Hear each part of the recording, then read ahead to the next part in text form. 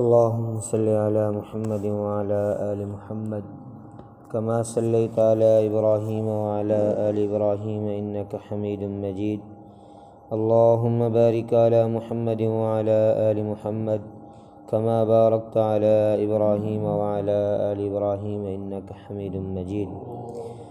أعوذ بالله من الشيطان الرجيم. بسم الله الرحمن الرحيم. ومنهم من عاهد الله لئن آتانا من فضله لنصدقن ولنكونن من الصالحين فلما آتاهم من فضله بخلوا به وتولوا وهم معرضون. گزشتہ کئی دروس کنے منافقین دی سازشوں کا تذکرہ چلدا پے، تو این آیت کنے بھی جناب رسول اللہ صلی اللہ علیہ وسلم دے زمانے دے وچ ایک منافق رہندا ہے جنہاں نام ثعلبہ ابن ابی حاتب ہے.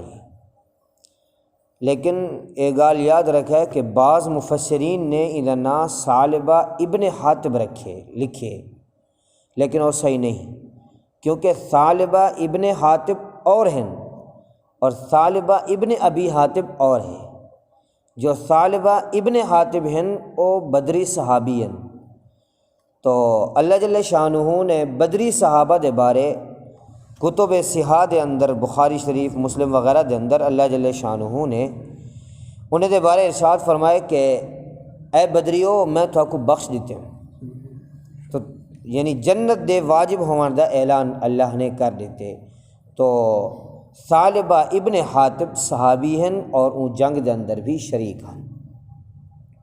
اور دوجے جڑے ہے ثعلبہ ابن ابی حاتب اے منافق ہے. جناب رسول اللہ صلی اللہ علیہ وسلم دے کولو آئے، آکھس اے اللہ دے رسول میں غریب ہاں، بوکنے مرد ہاں، میرے واسطے دعا منگو، اللہ میرے کو مال دے وے. آپ صلی اللہ علیہ وسلم نے روکے کہ مال دی فراوانی دی دعا نہ کرو، کیونکہ مال دی فراوانی جڑے آندی ہے انسان کو سنبھالن بڑا مشکل تھی ویندے. اندے بہت بڑے واجبات فرائض وغیرہ ہوندن کہ جو ادا کرنے پوندن، ساڈے کولو ادا نہیں تھی، تھوڑے کولو ادا نہیں تھیندے، تو ہی واسطے دعا نہ منگو. لیکن منافق نے بارہا